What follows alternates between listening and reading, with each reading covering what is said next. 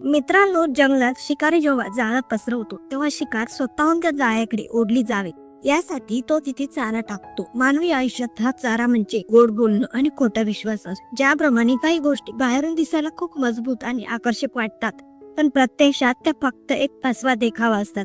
तसंच तुमच्या आयुष्यातील काही माणसं तुमच्याशी हसून खेळून वागतात, पण त्यांच्या मनात मात्र स्वतःच्या स्वार्थाचा डाव सुरू असतो. तुम्ही ज्या गर्दीला तुमची ताकद समजताय, तीच गर्दी तुमची वेळ खराब असताना तुमची थट्टा उडवायला सगळ्यात पुढे असते. लक्षात ठेवा, प्रत्येक माणूस तुमच्या जवळ येतो तो तुमच्यावर प्रेम करण्यासाठी नाही, तर तुमच्या आयुष्यात अशी जागा शोधण्यासाठी येतो जिथून तो स्वतःचा फायदा करून घेऊ शकेल. आचार्य चाणक्य यांनी म्हटलं होतं की विश्वास ही एक अशी तलवार आहे जिची मूठ शत्रूच्या हातात असते.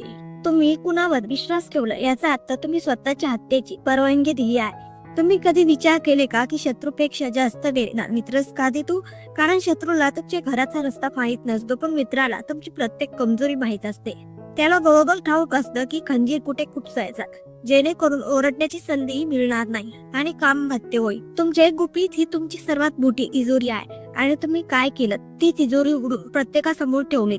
लक्षात ठेवा, ज्या गोष्टी तुम्ही मैत्रीत सांगितल्या होत्या त्याच गोष्टी त्या शत्रुत्वात तुमची सर्वात मोठी कमजोरी म्हणून वापरल्या जातील, ज्यामुळे तुम्हाला समजत मान वर करून जगणे कठीण होईल. तुमच्या या पाबडेपणाची खरं तर लाज वाटली पाहिजे. तुम्हाला वाटतं जग तुमच्या मनाचा निर्मळपणा पाहिजे, मुळीच नाही. जग फक्त तुमची कमकुवत बाजू शोधत असतं, जेणेकरून तुम्हाला पिळून काढताय. वास्तव अत्यंत विखारी आहे. तुम्ही ज्याच्याकडे आपलं दुःख व्यक्त करता तोच पाठ फिरवताच तुमची थट्टा उडवतो. लोक तुमची मदत यासाठी करत नाहीत की तुम्ही त्यांना आवडता, तर ती मदत यासाठी असते जेणेकरून ते तुमच्यावर उपकार करू शकतील आणि वेळ आल्यावर त्या उपकाराची परतफेड व्याजासह वसूल करताय.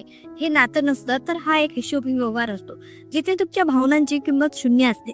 चाणक्य म्हणायचे की दुबळ्या माणसाशी मैत्री करू नका, कारण तो तुमचा ओझ पेलू शकणार नाही, आणि ताकदवान माणसाशी मैत्री करू नका, कारण तो तुम्हाला दाबून टाकेल. मग उरलं कोण? फक्त तुम्ही स्वतः. तुम्ही एकटे आला होता आणि तुम्हाला एकट्यालाच लढावं लागणार आहे. प्रत्येक हास्यामागे बुद्धिबळाची एक चाल असते, जो तुमच्या समोर प्रमाणाबाहेर सुटतो. समजून जा की तो तुमची मुळं कापण्याची तयारी करतोय. जे लोक गोंड बोलतात ते सर्वात जास्त धोकादायक असतात. त्यांचे शब्द मधासारखे असतात, पण त्यांचा वाळ धारदार तलवारी सारखा असतो. तुम्ही कधी कुत्र्यांना पाहिलं आहे का? जोपर्यंत त्यांना भाकरी टाकली जाते तोपर्यंत ते शेपूट हलवतात. ज्या दिवशी भाकरी संपते त्याच दिवशी तेच कुत्रे तुम्हाला चावायला धावतात. माणसाची बत्ती तर कुत्र्यांपेक्षाही वाईट आहे. माणूस भाकरी खाल्ल्यानंतर त्याच हाताला चावा घेतो. जगाचं तुमच्याशी काही वैर नसतं, जग तुमच्या अस्तित्वावर जळत असतं. जेव्हा तुम्ही प्रगती करता तेव्हा लोक आनंदी होत नाही, तर ते घाबरतात. त्यांना भीती वाटते की तुम्ही त्यांच्या इतके वर जाल की त्यांना तुमची सावलीही शिवता येणार नाही. तुमच्या प्रगतीचा प्रत्येक टप्पा त्यांच्यासाठी ईर्ष्येचा एक नवीन डोस असतो, जो त्यांना आतून जाळत असतो, आणि बाहेरून ते मात्र अभिनंदनाचा मुखवटा घालून फिरतात. म्हणूनच ते तुमच्या सोबत राहतात, तुमची स्तुती करतात, तुम्हाला गोड बोलतात, फक्त तुमच्या वेगावर नजर ठेवण्यासाठी. ते तुमच्या मैत्रीसाठी नाही, तर तुमच्या नाशाची वाट पाहत बसले आहेत. चाणक्यांनी शिकवलं होतं की शक्तीचा सर्वात मोठा शत्रू म्हणजे भावना. जो माणूस हळवा असतो तो कमकुवत असतो, आणि कमकुवत माणसाला प्रत्येक जण जेवढू पाहतो. तुम्ही कधी पाहिले का की सिंह कधी कुणावर विश्वास ठेवतो? नाही. सिंहाला ठाऊक असतं की जर त्याने क्षणभर जरी डोळे मिटले तर लांडगे त्याची चामडी लोचते. तुम्हालाही तसंच बनावं लागेल. तुमच्या भीतीला आणि तुमची ताकद बनवा. लोक म्हणतात की विश्वासाशिवाय आयुष्य चालत नाही, पण मी म्हणते की आत्मविश्वासाशिवाय आयुष्य खूप जास्त काळ टिकतं. विश्वास फक्त एकाच अटीवर ठेवा की समोरचा माणूस कधी बदलू शकतो. त्या दिवसासाठी तयार राहा जेव्हा तुमची सर्वात जवळची व्यक्ती तुमच्या विरोधात उभी असेल. जर तुम्ही तयार असाल तर तो विश्वासघात तुम्हाला तोडणार नाही, तर तुम्हाला काहीतरी शिकवून जात.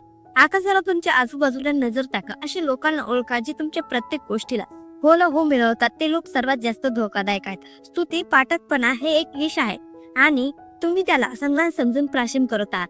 त्या खोट्या मित्रांपेक्षा एक उघड शत्रू 1000 पटीने चांगला, जो तुमच्या चुकीच्या निर्णयावरही टाळ्या वाजवतो. शत्रू तुम्हाला सावध ठेवतो, आणि असा मित्र तुम्हाला गाफील ठेवून झोपवतो, आणि जो झोपला तो संपला. लक्षात ठेवा, रणांगणावर मारला गेलेला सैनिक पुन्हा जन्म घेऊ शकतो, पण विश्वासाच्या जाळ्यात अडकून स्वतःचे अस्तित्व गमावलेला माणूस कधीच सावरू शकत नाही. राजकारण असो किंवा खराच आमदार, बुद्धिबळाचा खेळ प्रत्येक ठिकाणी मांडलेला आहे.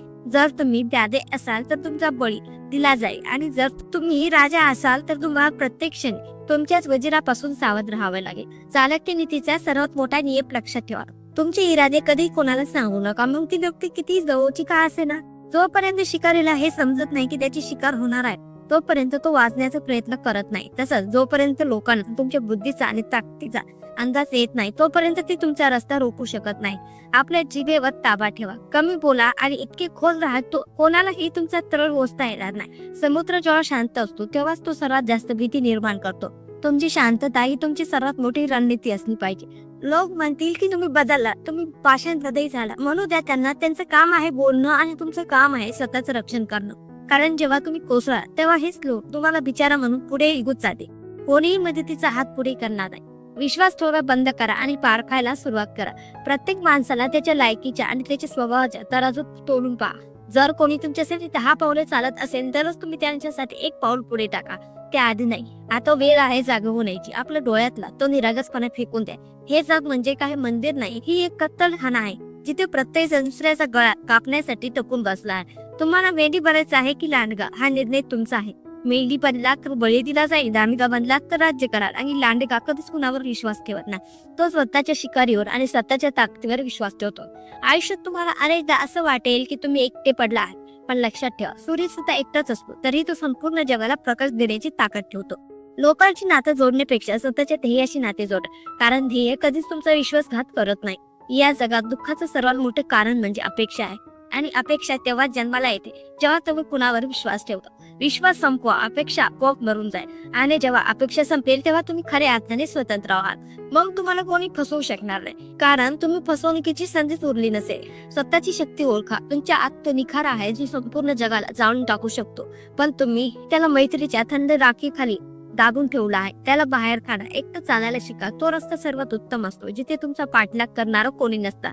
जेव्हा तुम्ही एकटे असता तेव्हा तुमचं कोणताही कमकुवत पैलू पुरत नाही. ऐका, ही कहाणी इथे संपलेली नाही. ही तर तुमच्या एका नवीन जन्माची सुरुवात आहे. या ज्ञानाला आत्मसात करून पहा. कदाचित तुमच्या मनाला थोडी कडू चव लागेल, पण तुमचं जीवन अमृतासारखं पवित्र होईल. विश्वास हा शब्द आजपासून तुमच्यासाठी एका सावधगिरीचा इशारा असावा. तुम्हाला फक्त नियमावर, नीतीवर आणि त्या शून्यावर विश्वास ठेवायचा आहे जिथून तुम्ही सुरुवात केली होती.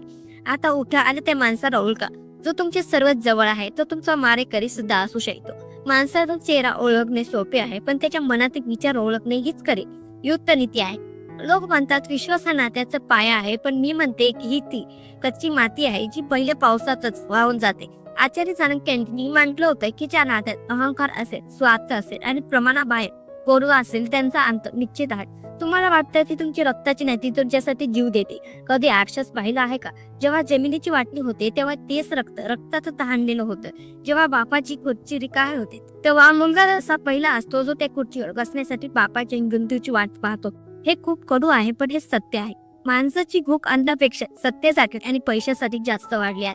जिथे रक्ताचे नाते फक्त कागदावर उरले आहे, प्रेमाच्या नावाखाली तुमचं शोषण केलं जातं. तुम्हाला वाटतं तुम्ही कुणावर तरी प्रेम करता. नाही, खरं तर तुम्ही त्या भावनेवर प्रेम करता जी ती व्यक्ती तुम्हाला देते.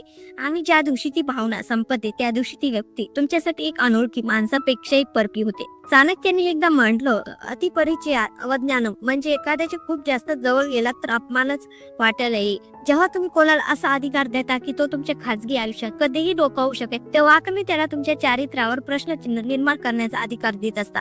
अंतर राखा. सिंह किती भुकेला असला तरी तो गवत खात नाही आणि तो नेहमी आपली गोवा गुप्त ठेवतो. तुम्ही का प्रत्येक माणसाला आपल्या मनाचा पत्ता सांगत घेता?